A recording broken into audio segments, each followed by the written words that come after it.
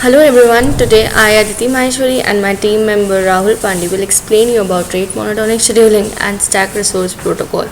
These two are a major important part of a real-time operating system and we'll see their implementation, the basic logic behind them and see how it works. Starting with rate monotonic scheduling, it is a very simple algorithm which assigns priority to the task according to the time period, that is, shorter the time period the higher the priority of the task. It is a static algorithm, that is, the priority is fixed for a time and the schedule is fixed at the starting itself.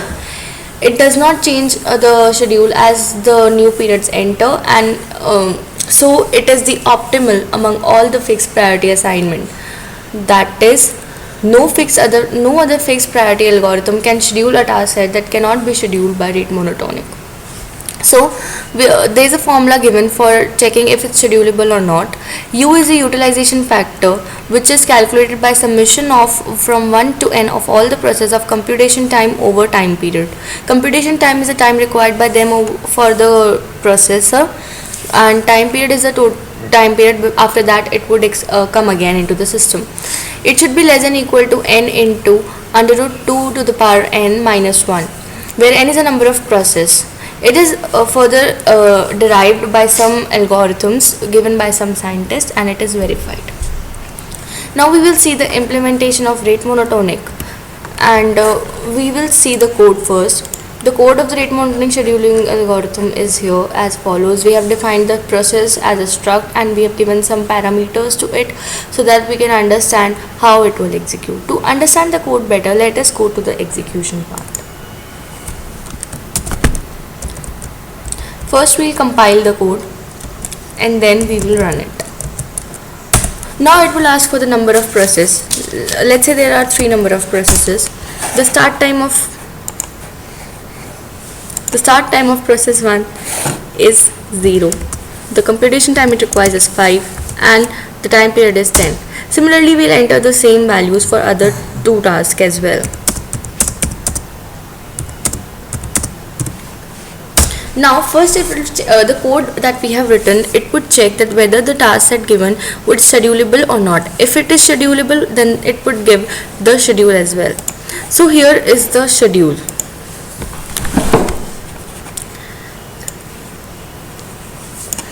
Now as we can see, the rate monotonic scheduling, as I have told earlier, it would give the highest priority to the task having the shorter period. So in this case, the highest priority is of process 6, which has the time period of 6, then followed by 2, which has a time period of 7, and then followed by 1, which has a time period of 10. So priorities are 3, 2 and 1.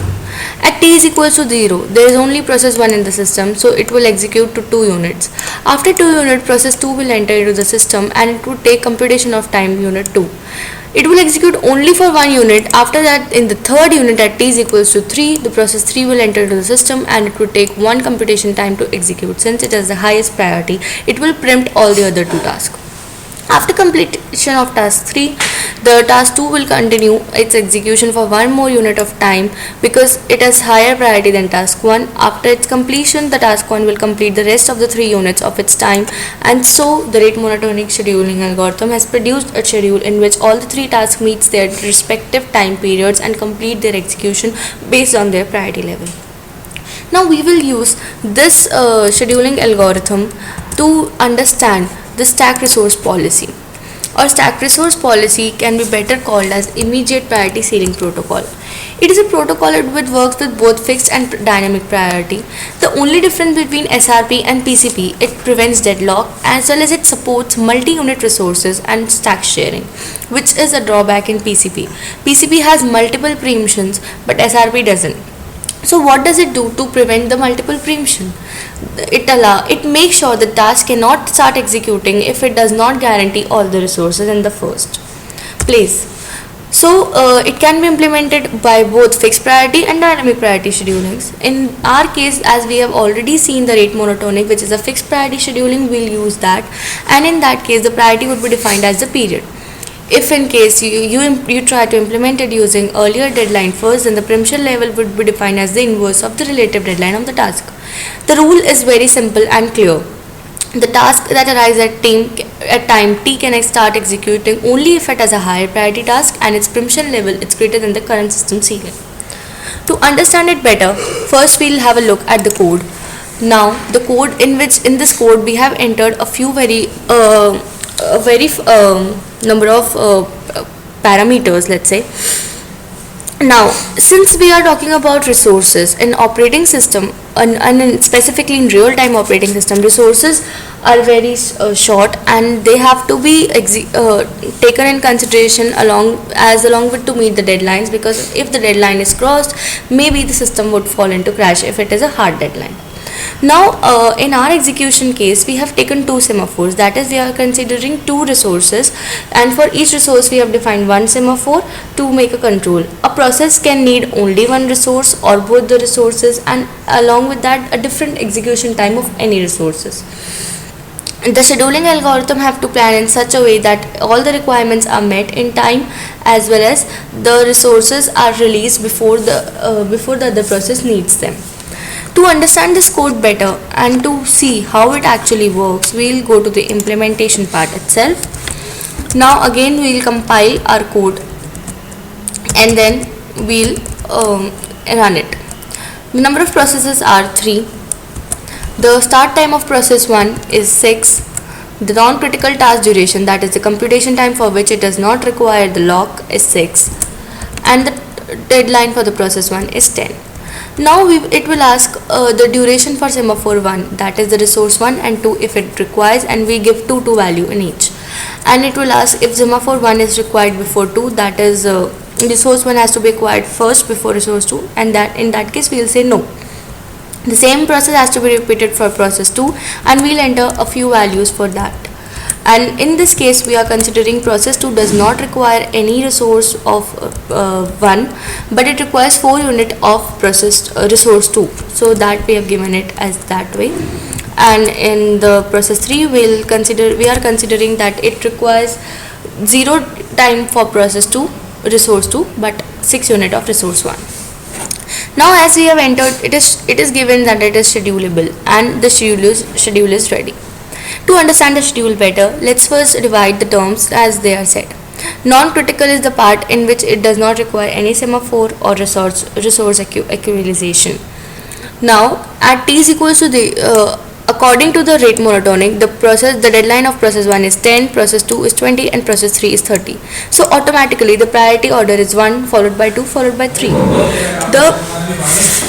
The task is non-critical, and at t is equals to 0, process 3 will start executing and it has